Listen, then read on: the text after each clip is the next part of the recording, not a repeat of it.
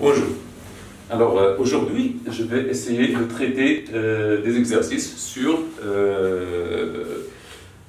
le chapitre de travail et puissance pour les élèves du première année bac.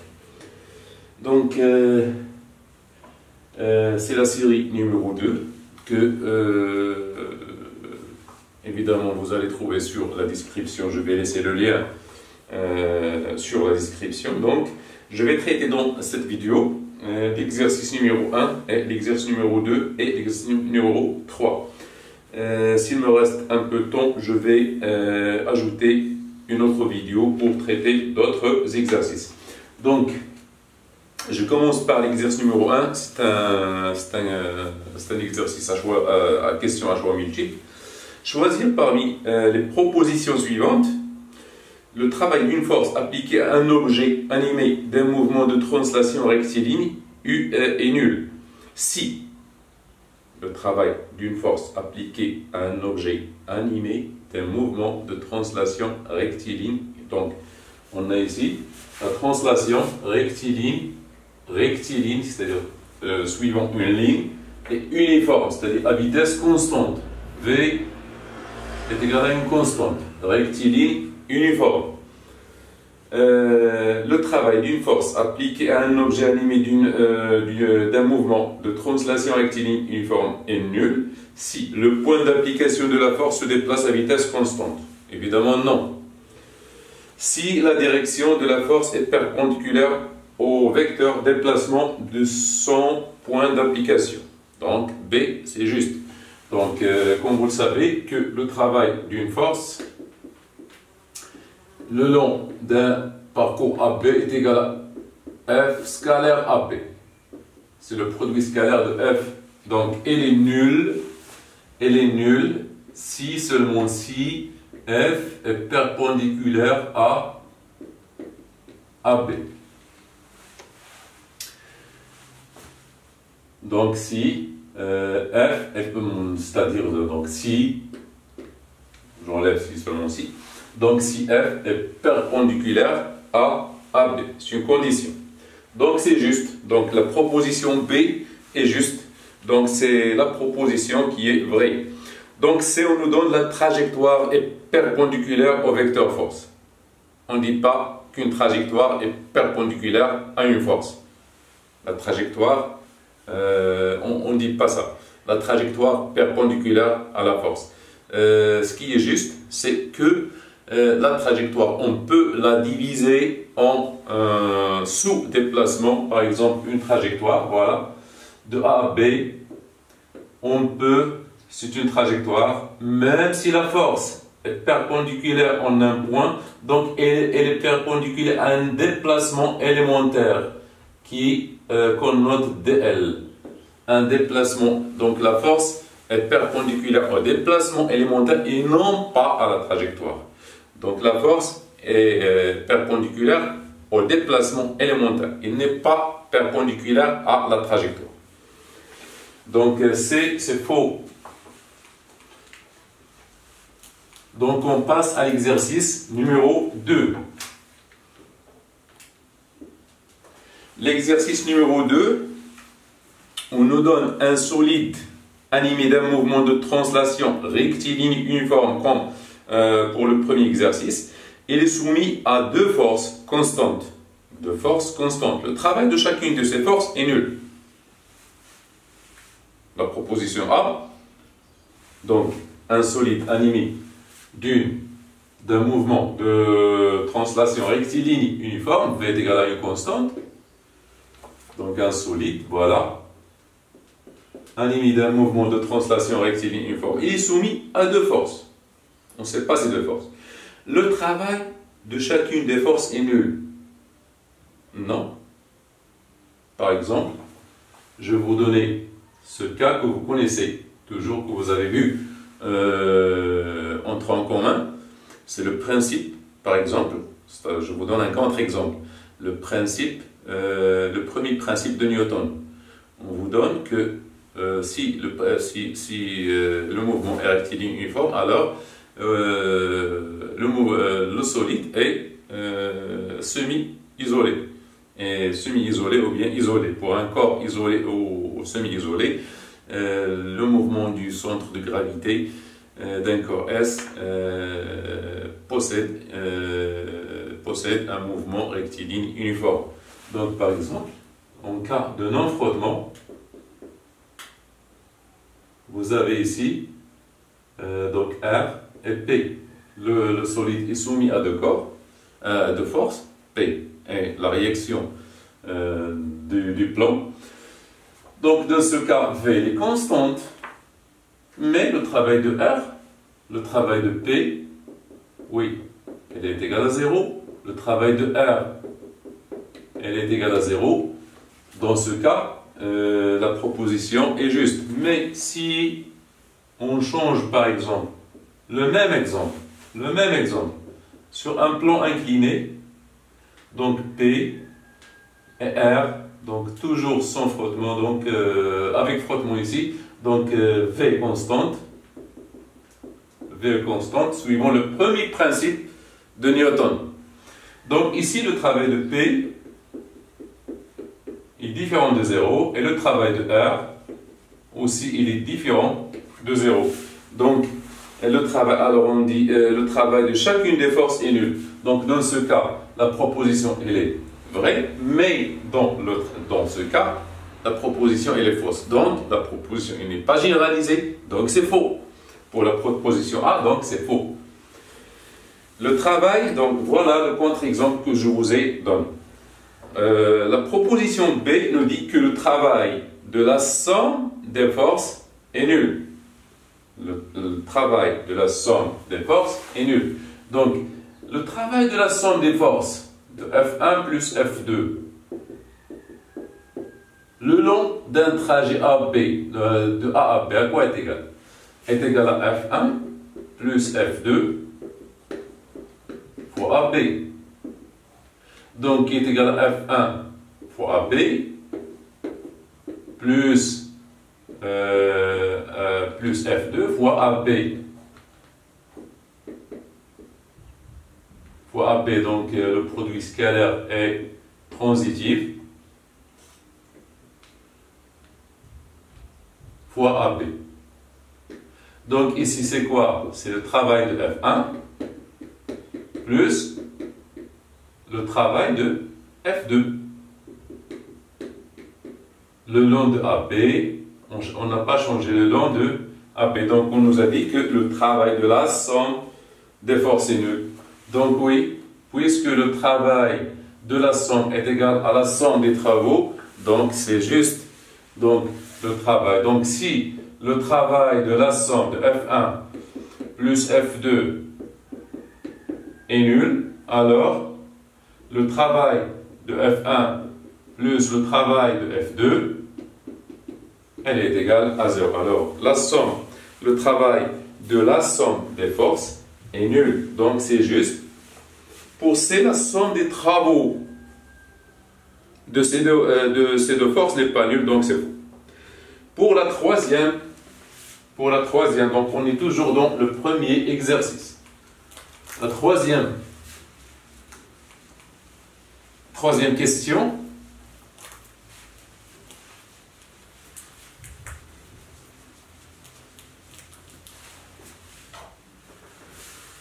Le travail d'une force constante est moteur. Si. Donc moteur, c'est-à-dire qu'il est positif.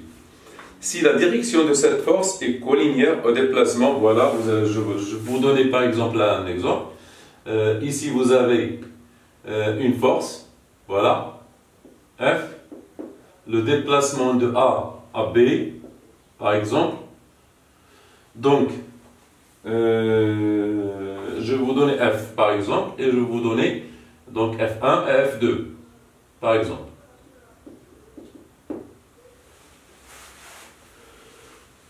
Le travail d'une force constante est moteur si la direction de cette force est collinéaire au déplacement rectiligne de son point d'application. Donc les deux forces sont collinéaires au déplacement. Alors vous avez F1 et F2 sont collinéaires à AB, au déplacement AB. Mais le travail de F1 est positif et le travail de F2 est négatif. Donc, la proposition est fausse. Donc, la deuxième proposition, la proposition A est fausse. Pour B, l'angle entre le vecteur force et le vecteur déplacement est inférieur à 90, c'est juste. Donc, la proposition B, elle est juste.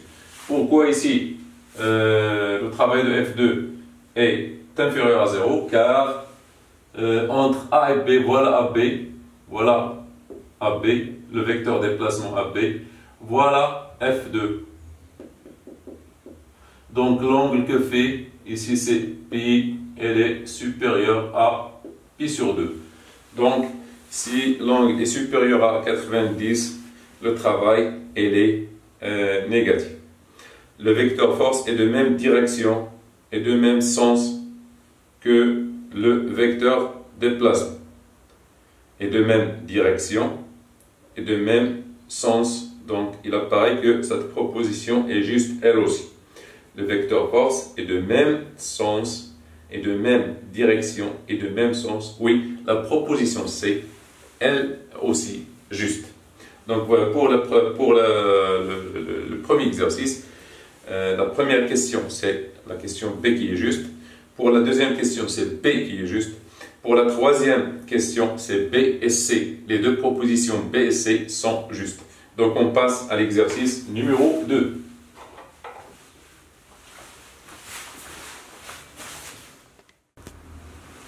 On passe à l'exercice numéro 2.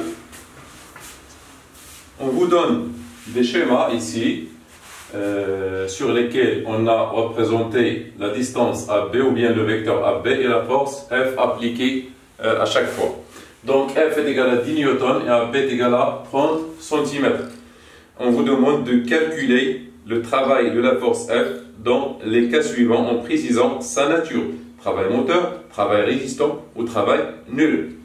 Donc pour la première question, donc c'est toujours on a F, on a le travail de F le long de AB qui est égal à F fois AB qui est égal à F fois AB fois cosinus entre F et AB. Donc qui est égal, le cosinus entre F et AB c'est pi. Donc est égal à F fois AB fois cosinus de pi. Donc qui est égal à moins F fois AB qui est égal à moins 10 fois 0,3 qui est égal à 3 moins 3 newtons. Moins 3 joules, je m'excuse. Moins 3 joules. Donc le travail de F est inférieur à 0 implique travail résistant.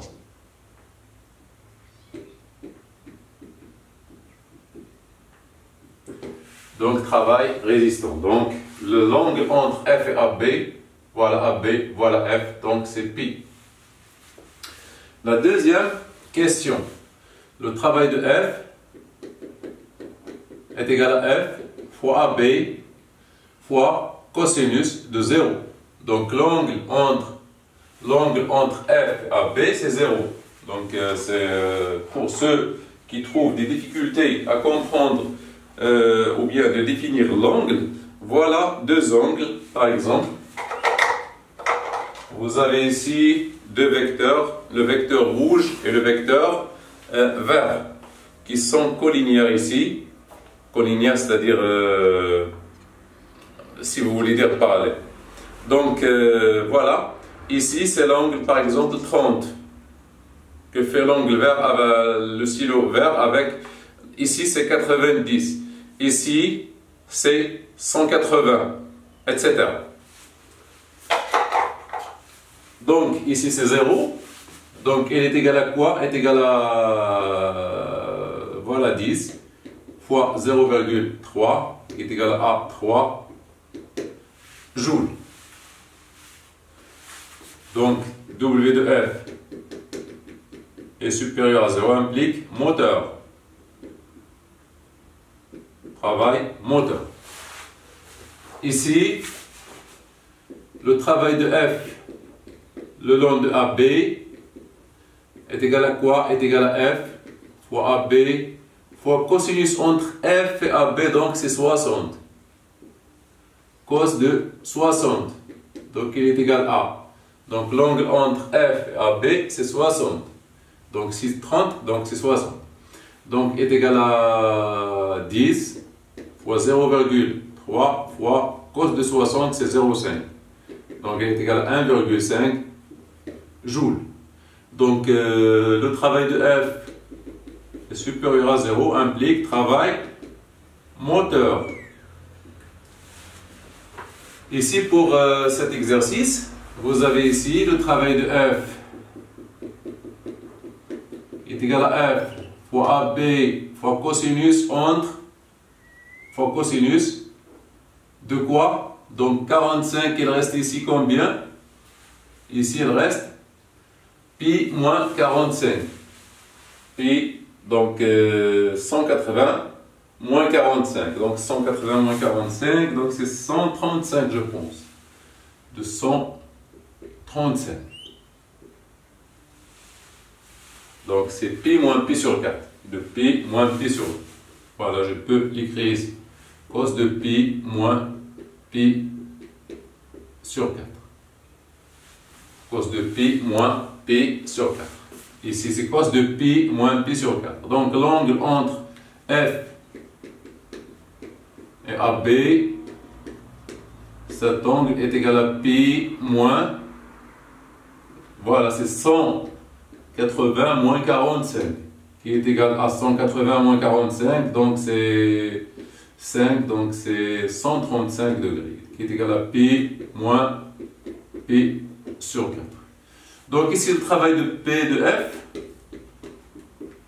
est égal à quoi? Est égal à 0, est égal à 3 ou bien 10 fois 0,3 fois cosinus.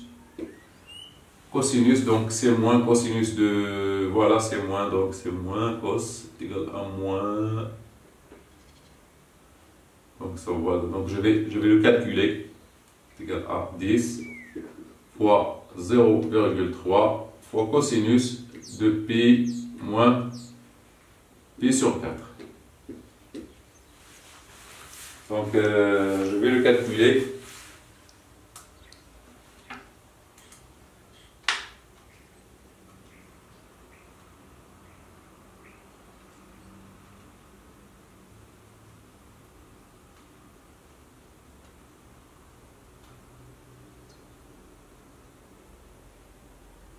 Oui.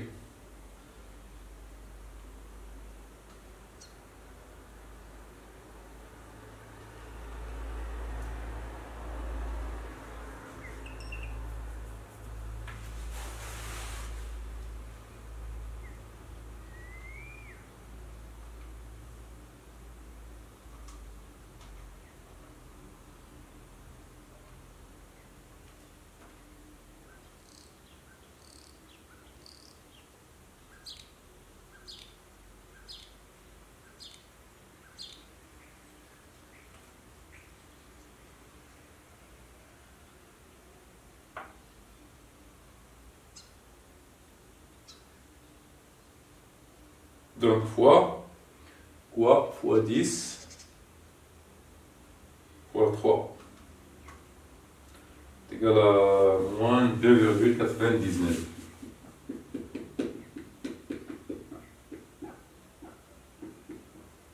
Joule. Donc W de F négatif implique travail résistant. Ici, vous savez, ici le travail de F, elle est nulle. Ici le travail de F, elle est nul, donc le travail nul. Ici le travail de F,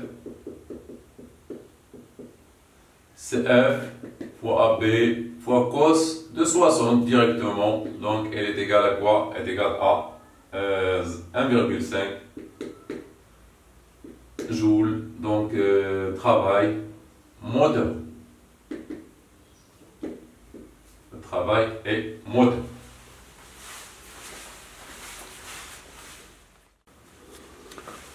Veuillez corriger s'il vous plaît, c'est moins 2,12 joules. Moins 2,12 joules.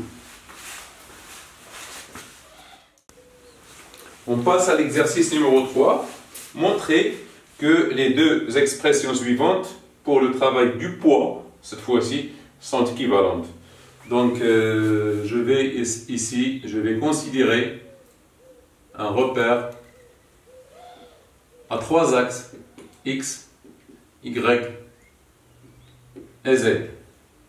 Donc, c'est le plan X ou Y. C'est comme, par exemple, le plan. Vous avez ici X, Y et Z. Voilà, Z, c'est le stylo. Donc, c'est le plan X ou Y.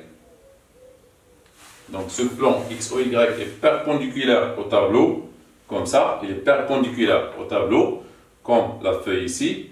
Et Z, voilà. Donc, X, il vient vers le haut. Y, voilà. Et Z vers le haut. Donc, ici, vous avez ici I, J et K. Donc, les abscisses, les ordonnées et les côtes. Donc, on suppose un corps S qui était à la position, par exemple, son centre de gravité à la position 1 en G1 et fait, par exemple, on jette par exemple un corps quelconque, voilà, comme ça, un corps comme ça, par exemple, qui passe de G1 à G2, par exemple. À G2, de G1, il est soumis à son poids seulement. Son poids P seulement. Donc, par exemple, je lance cet objet, ce corps, par exemple, comme ça. Il fait une trajectoire quelconque. Quelconque la trajectoire. Donc, ici, ces coordonnées, ici, c'est Z1. Et ici, c'est Z2. X1, voilà. X1, Y1. Et ici, c'est X2, Y2, etc. Donc, le travail du poids P de A, ou de G1 à G2, est égal à quoi? Est égal à P, facteur de G1, G2. Donc, comme je vous ai dit dans la vidéo du cours, que l'expression, je vous ai donné deux expressions pour le travail d'une force. Une expression qui est celle-là, et l'autre expression suivant les coordonnées, en utilisant les coordonnées de la force et du déplacement. Donc pour P, on a Px, Py et Pz fois x2 moins x1, y2 moins y1, c'est-à-dire le déplacement G1, et z2 moins z1. Donc à quoi est égal Px? Donc on a dit que Px c'est Px. Px, c'est quoi Px? C'est 0. Donc, la projection de P, voilà, je vous ai dit que, voilà, vous avez X et Y. Voilà, X qui vient vers vous, Y c'est comme cela. P, c'est toujours elle est perpendiculaire au plan X ou Y. Du coup, Px est égal à 0, Py est égal à 0. Donc, Pz, c'est quoi Pz? Puisque l'axe des Z est dirigé vers le haut et P se dirige vers le bas. Donc, ils font un angle de 180. Donc, c'est moins mg. Donc, fois quoi? Fois x2 moins x1, y2 moins y1 et z2 moins z1. Donc, du coup, ce produit scalaire est égal à 0 fois x2 moins x1, 0 fois y2 moins y1, plus, donc c'est moins, donc elle est égale à moins, mg facteur de z2 moins z1 Donc, qui est égal à quoi? Qui est égal à mg facteur de z1 moins z2. Donc, si je nomme par exemple cette position, elle est A, et cette position B, donc ici vous aurez ZB et ici ZA. Donc, qui est égal à mg facteur de ZA moins ZB. Et de cette relation vient la fameuse relation qu'on connaît pour le travail du poids, qui est MGH. Donc, s'il descend, c'est MGH. S'il monte, donc si on gagne l'altitude, c'est moins MGH. Si on perd l'altitude, c'est MGH. Donc, c'est tout ce qu'il y a pour cet exercice.